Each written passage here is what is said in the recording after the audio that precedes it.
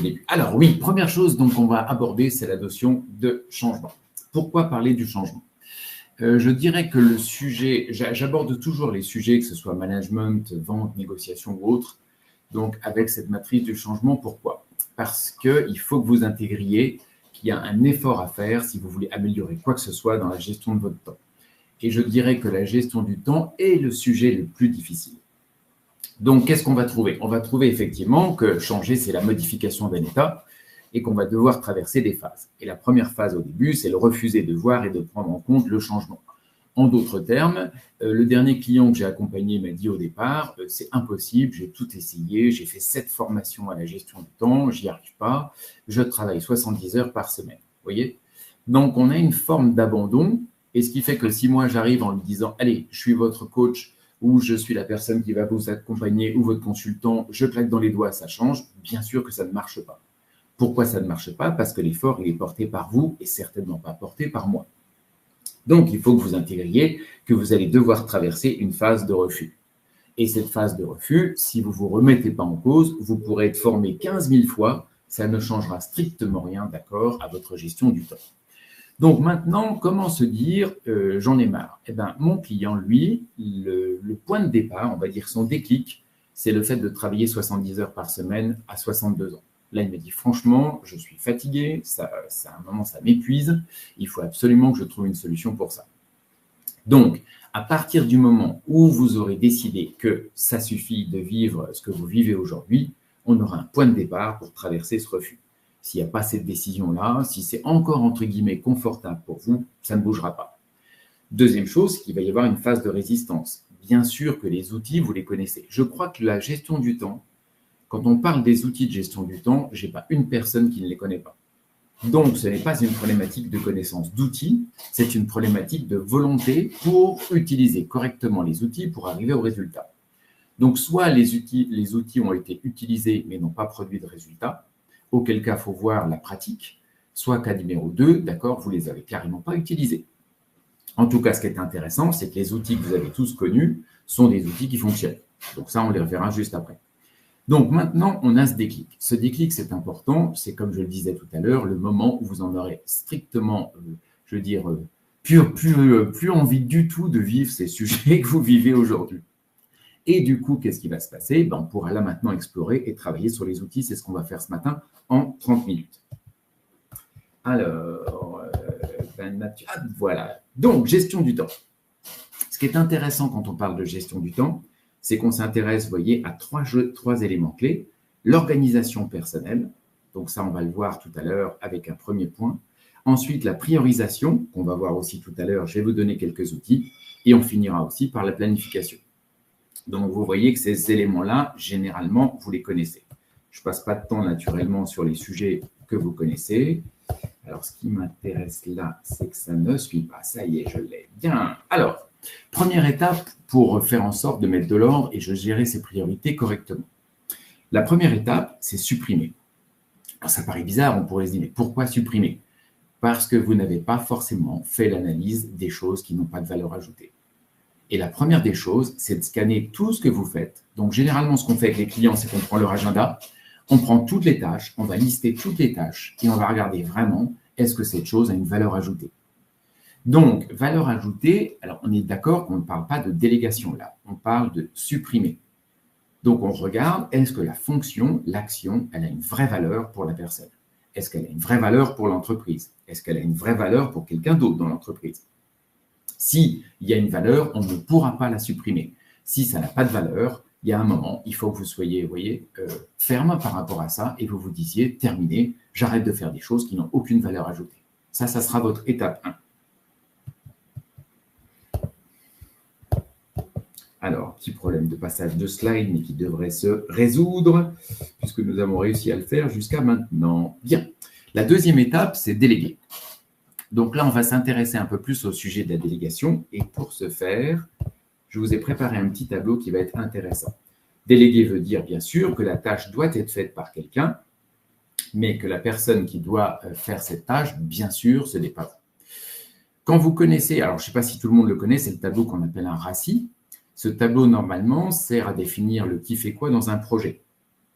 Donc, bien sûr, on a un R qui est la personne qui doit faire l'action. Alors, les Anglais le parlent de responsable, mais en fait, le responsable, ce R, c'est celui qui fait l'action. Vous voyez, si on doit vraiment le traduire et si on doit l'utiliser de la façon que je vais vous montrer maintenant, on va considérer que le R, c'est l'action. C'est la personne qui fait. Le A, il est qualifié d'approbateur, et donc là, on pourrait dire que c'est celui qui a le pouvoir de prendre une décision, oui, mais pas suffisant. C'est celui qui va suivre le dossier, c'est celui qui va s'assurer que la tâche est faite. Donc, l'action de s'assurer que la tâche est faite n'est pas l'action à faire. À aucun moment, vous faites le dossier. Vous vous assurez que le dossier est fait. Ce n'est pas du tout la même chose. Ensuite, vous avez un C, qui a le moment où consulter. Ce qui est intéressant, c'est qu'il faut qu'on puisse dire aux gens qui va être le référent en cas de problème technique sur un dossier. Donc ça, c'est le C. Et on finit par le I, qui est le niveau d'information. Donc soit l'information que je dois donner, soit l'information que je dois recevoir. Donc, si on regarde ça maintenant pour voir en live la configuration et ce que ça donne. Alors, je ne sais pas, c'est ça. Donc là, on va avoir un tableau qui va prendre cette forme-là. Donc, comment faire, comment fonctionner ce tableau? Ben, vous voyez, là, j'ai mis des tâches. J'ai mis gérer les plannings, faire les salaires, la gestion des travaux. C'est un client qui est dans le camping. Et la gestion des litiges clients. Là, j'ai rajouté une colonne sur le RACI qui n'existe pas normalement dans le RACI normal. Et là, je vais évaluer les temps, qui sont des temps, bien sûr, de R, qui vont être des temps de A, qui vont être des temps de C, d'accord, et qui vont être des temps de I.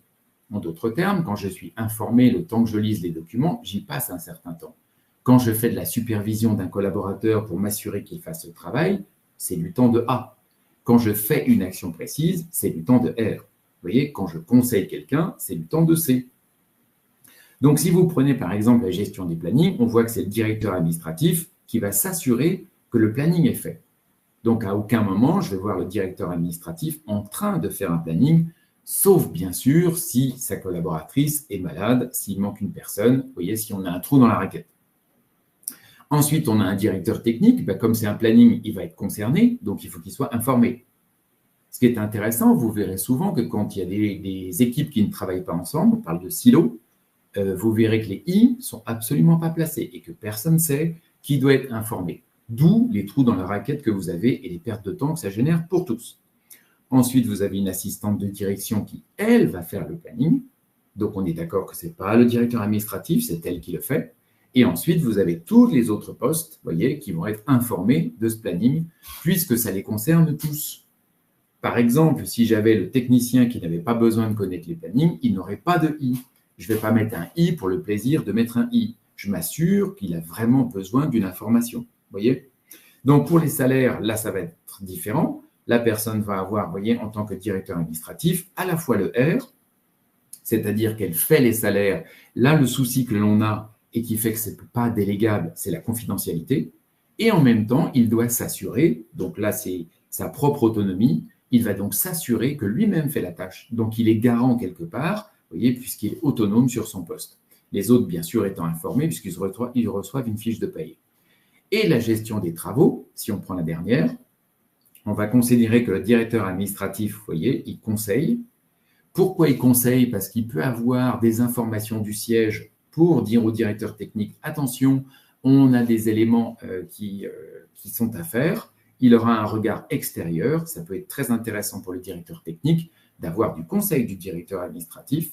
Il est informé parce que lui va gérer les factures et autres, vous voyez, et c'est bien le technicien qui aura le R. Donc, qu'est-ce que ça va vous amener à faire? Ça va vous amener à prendre toutes vos tâches. Et franchement, soyez exhaustifs. Souvent, regardez vos mails, vous allez voir qu'il y a des choses qui se promènent, des I qui sont là, vous voyez, des R qui sont là et qui ne devraient pas être. Et à partir de là, on va réorganiser tout ça. Ensuite, ce qui est intéressant, c'est que vous demandez à l'équipe de le faire. C'est un exercice que votre équipe devrait faire aussi. Parce que si vous commencez à vous dire, ce R, je le passe, par exemple, imaginons que je fasse les plannings moi-même en tant que directeur administratif. Si je le donne à l'assistante de direction qui ne les a jamais fait au préalable, 1, il va falloir que je la forme, d'accord. 2, il va falloir aussi que je m'assure qu'aujourd'hui, dans son propre RACI, elle ait le temps pour le faire.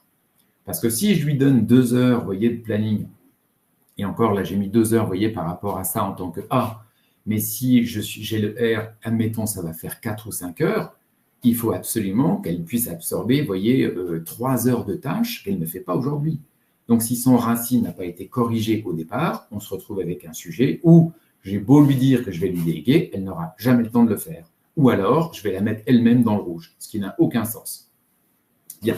Donc ça va vous aider, vous voyez, à déléguer et prendre la main sur votre planning. Alors, hop. Bien. Ensuite, une fois qu'on a fait ça, on a donc supprimé, vous voyez, toutes les choses qui sont à supprimer et on a délégué toutes les choses qui sont à déléguer. Donc, normalement, déjà, notre gestion du temps, elle doit considérablement s'améliorer. Après, on a un problème de gestion de priorité qui est intéressant. Et là, pour avoir des priorités, on doit travailler sur les urgences. Pour définir une urgence, vous voyez, j'ai travaillé sur ce sujet en me disant, finalement, une urgence, elle est reliée à quoi? Vous voyez, elle est reliée à une date butoir. Si je ne fais pas mes impôts ce soir minuit, je prends une pénalité.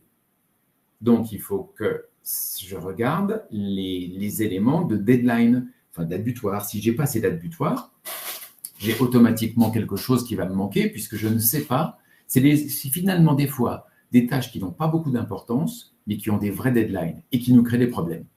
Donc, il faut absolument scanner, et ça vous le faites le matin quand vous faites votre to-do list, ou au fur et à mesure des moments où vous récupérez vos tâches, vous vous dites finalement, est-ce que cette tâche elle a une date butoir?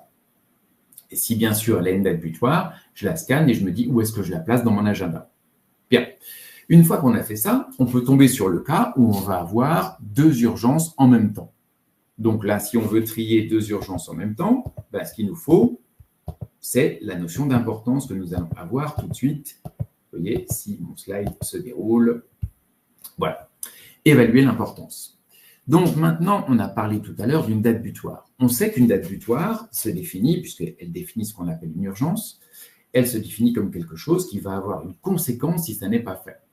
Donc maintenant, si j'évalue de l'importance, je vais évaluer quoi? La différence de conséquences. D'un côté, je n'envoie pas un devis à un client, je perds 100 000 euros. De l'autre côté, je ne paye pas mes taxes en temps et en heure, je prends une pénalité de 10 000 euros que je peux toujours négocier. Je vais privilégier le client et je mettrai les impôts en deux. Donc, je regarde à chaque fois quelle est la chose qui a le plus d'impact, vous voyez, et je raisonne sur l'impact.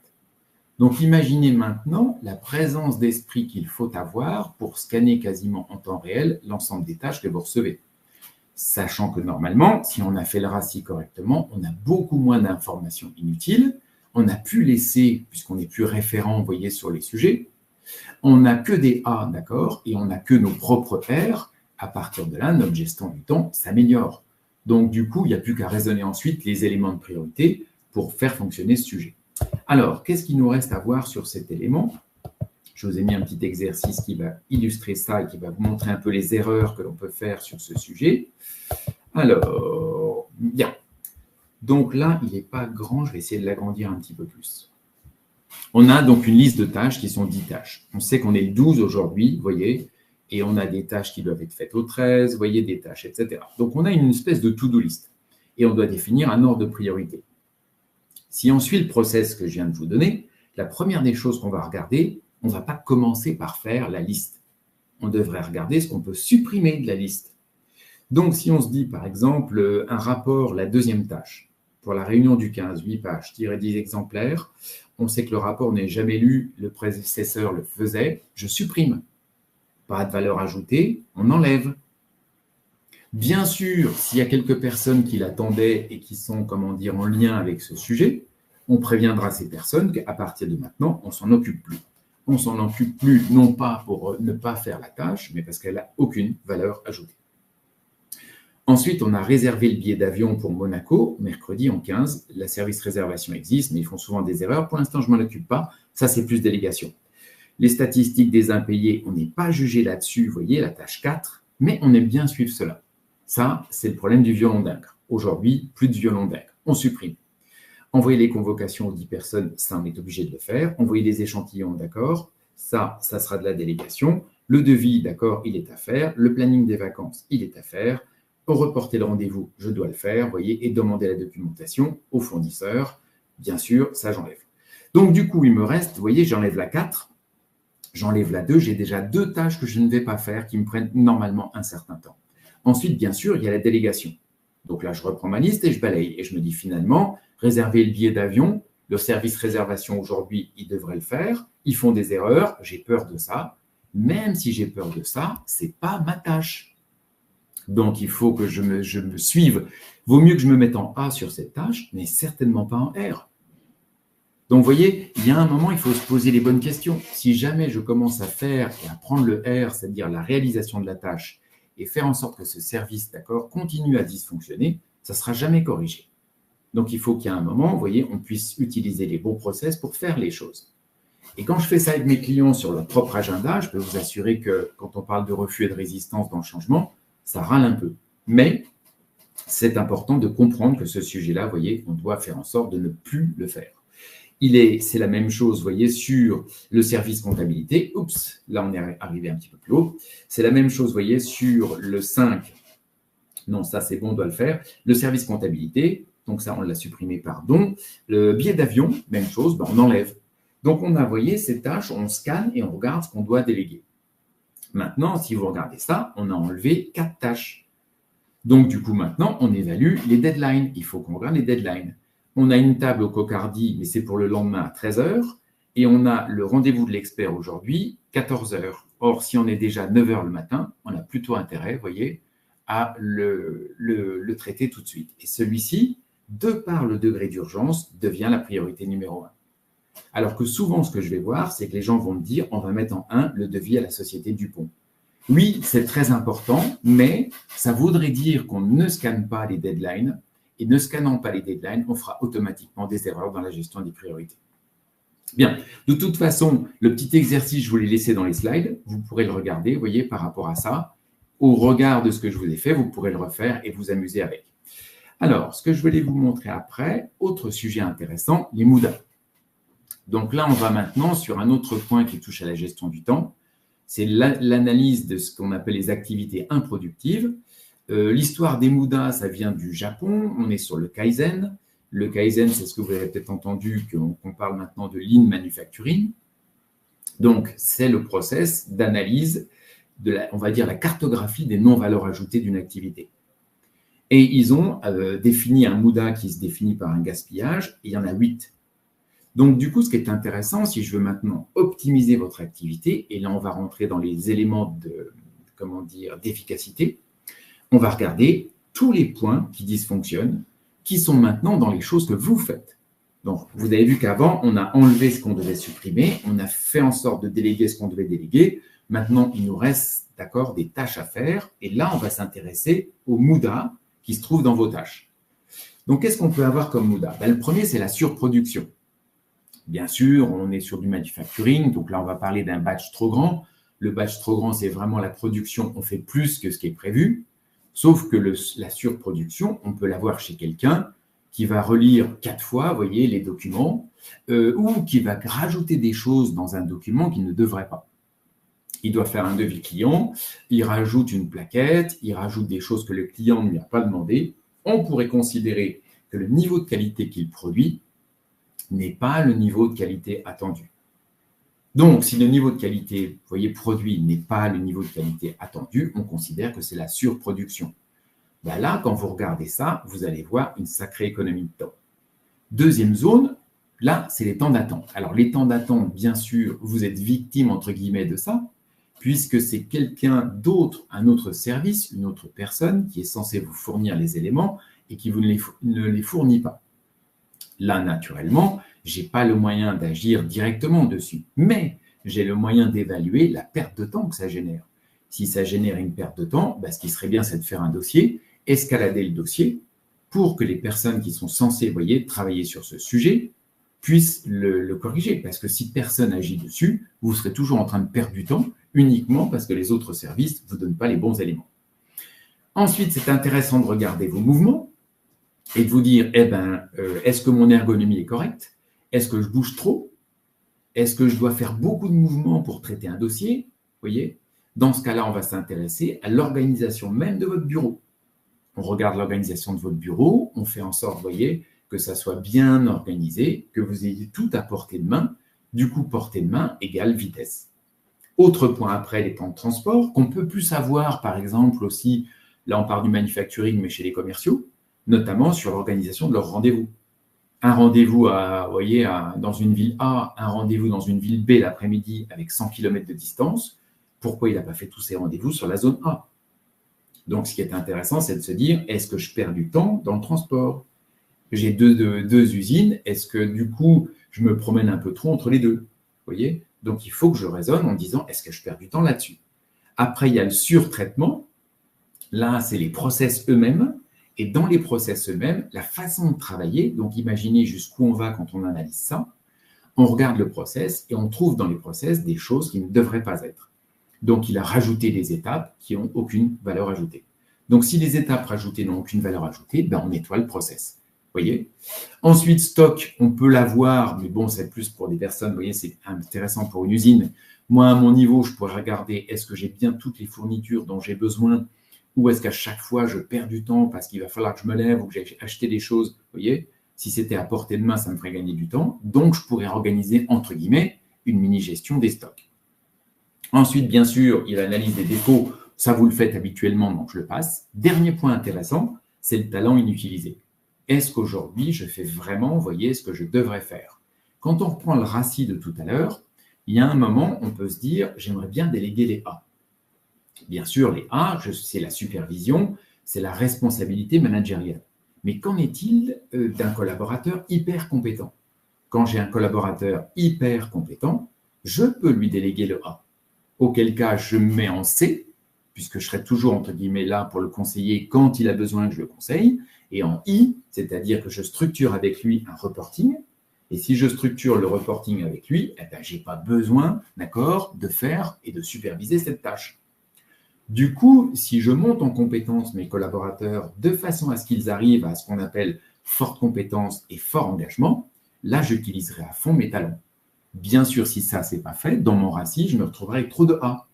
Et c'est là où, quand par exemple, mon client allemand, pour vous donner un exemple, il était à 70 heures. Avec ça, on est passé à 40 heures. Pour arriver de 70 à 40, je suis obligé de déléguer des A. Si je ne délègue pas des A, il va rester à 50. Donc, il y a un moment, si c'est vraiment 40 l'objectif, il faut que j'arrive absolument, d'accord, à lui faire atterrir à 40. Atterrir à 40 veut dire délégation de A. Meilleure utilisation, bien sûr, des talents. Je voulais vous parler pour finir de quelques lois, d'accord, sur le… c'est parfait. Les lois sur la gestion du temps, on les connaît tous, mais l'idée, c'est de savoir comment les appliquer. Première loi, c'est la loi de Laborie. Laborie dit, donc l'individu va spontanément vers ce qui lui fait plaisir et fuit ce qui risque de lui déplaire. Donc, c'est vrai qu'on a une appétence pour les tâches que l'on aime et on n'a pas d'appétence pour les tâches que l'on n'aime pas. Ça paraît évident. Maintenant, la question, c'est comment faire en sorte de gérer cette situation pour ne pas procrastiner. Parce que la thématique de la procrastination, elle est totalement liée à la loi de Laborie. Ça serait intéressant qu'on se dise comment je peux faire pour me motiver sur quelque chose que je n'aime pas. Notamment, la motivation première, ça serait de m'en débarrasser au plus vite de façon à ne plus avoir cette tâche à faire. Vous voyez? Donc là, du coup, peut-être démarrer et prendre le moment où j'ai le plus d'énergie dans la journée pour attaquer les sujets les plus difficiles. Parce que comme c'est les sujets les plus difficiles, mais c'est aussi le moment où j'ai le plus d'énergie, ça me pose absolument moins de problèmes par rapport à ça. Bien, donc slide suivant. Qu'est-ce qu'on a? Voilà, la loi de Fraisse, parfait. 1 heure n'est pas toujours égale à 1 heure. Ce qui plaît passe vite, ce qui ne les plaît semble s'éterniser. Bien sûr, d'où travailler votre énergie. D'où confirmation de la loi de Laborie au départ, d'accord? Faites en sorte d'utiliser le moment où vous avez le plus d'énergie pour attaquer ces sujets, vous voyez, pénibles. Bien, slide suivant. Parce que j'ai mon… merci pour les tournées pour moi, parfait. La loi d'Illich. Au-delà d'un certain seuil de travail, l'efficacité décroît. Donc maintenant, question intéressante, quel est le maximum de temps de concentration? D'après les études qui avaient été faites, donc elles datent un peu maintenant, mais de mémoire, elles ont quoi, une dizaine d'années, on était sur 1h30, 90 minutes de concentration. Si on est sur 90 minutes de concentration, ça voudrait dire que les sujets fastidieux, d'accord, on pourrait se prendre des périodes d'1h30, 1h30 pendant laquelle on ne sera absolument pas dérangé. Donc, si on veut arriver à ne pas être dérangé, il faut aussi qu'on puisse avoir un système de signal entre nous Ou quand j'ai mis, et j'ai des clients qui faisaient ça en mettant des sens interdits sur leur bureau, à partir du moment où ce sens interdit était sur son bureau, on savait que pendant X temps, on ne pouvait pas le déranger. Donc, c'est intéressant aussi que vous puissiez avoir un moment, vous voyez, où vous avez besoin de cette concentration, notamment sur les sujets compliqués ou difficiles, où il faut absolument que vous puissiez, vous voyez, disposer de ça. Bien, slide suivant. Merci, la loi de Carson. Donc, maintenant, faire un travail de manière continue prend moins de temps que de le faire en plusieurs fois. Tout travail interrompu est moins efficace. Sachant qu'on a la règle des 1h30, on pourrait considérer qu'on fait 1h30, vous voyez, pause, 1h30, vous voyez, et peut-être à ce stade se dire, on va faire 1 heure de tâches différentes, histoire de diversifier, et là, je mettrai 1 heure de tâches plaisantes pour retrouver de la motivation, de façon à rattaquer, vous voyez, le dossier compliqué plus tard. Et du coup, ce qui est intéressant, c'est que vous devenez le maître, vous voyez, de votre énergie. Slide suivant. Et le dernier point, c'est le SMART. Bon, ça, vous le connaissez, c'est la façon de définir un objectif. Mais quand vous ne vous fixez pas d'objectif, notamment sur les tâches ennuyeuses, bah, c'est sûr que ça va prendre 1 siècle et demi. Souvenez-vous de la notion et de la perception du temps que l'on a. Mais si maintenant on se dit, allez, ça, j'attaque, je prends 1h30, je me bloque 1h30, je le prends, je le fais, je le finis. Vous voyez, eh ben, c'est ce genre d'objectif-là qui vous aide aussi à traverser les tâches pénibles ou difficiles. Bien, je crois qu'on a fait le tour. Est-ce qu'il y a un autre slide? Oui, la durée des tâches, ça on l'a vu déjà de toute façon. Je vais vérifier parce que comme il nous reste 1 minute 30, si on a quelques questions auxquelles je peux répondre. Voilà, c'est bien, on est sur questions-réponses. Alors, concrètement, est-ce que cela veut dire qu'il vaut mieux laisser l'équipe monter, par exemple, son planning? Mais bien sûr. Alors, Nathalie, pour laisser l'équipe monter son planning, il faut qu'on soit sûr qu'il sache le faire. Donc, au départ, on vérifie. Petite formation, d'accord, de façon à vérifier qu'ils sachent faire un planning. Bien sûr qu'à ce moment-là, ils ont plus d'espace. C'est intéressant que les collaborateurs puissent avoir leur temps et leur espace pour gérer eux-mêmes leur temps, à condition, bien sûr, qu'ils récupèrent le R qu'on veut déléguer. À la place du planning, je voulais dire RACI. Ah oui, RACI, mais bien sûr. Maintenant, Nathalie, c'est vous qui avez la main sur le A. Donc, à partir du moment où vous regardez les R et vous savez qu'il y a 20 R, il y a 4 personnes dans l'équipe, s'ils choisissent maintenant les R par appétence et que c'est les motifs plus il y aura d'appétence sur les sujets, plus ils seront opérationnels. Donc, à partir de là, laissez-les faire. Ça, c'est pour moi pas un sujet. Par les slides, mais ouais. Pour vous, mais vous êtes gelé. Ah oui, désolé. OK. Catherine, vous fournissez votre... D'accord, parfait. Merci, bonjour. Tac. Bonjour de Libreville. Bonjour de Libreville. Problème technique, bonjour. Univers 1, 4 millions. D'accord, parfait. Bien. Est-ce que vous avez d'autres questions? Très clair, merci. Je vous en prie, Nathalie. Donc, on vous envoie, si vous mettez votre adresse mail, bien sûr, on vous envoie les slides. Je vais vous rajouter, bien sûr, mon adresse mail si vous avez besoin, vous voyez, si vous avez besoin de conseils sur ce sujet, comme ça, vous l'aurez. Oups. J'arrive. Voilà.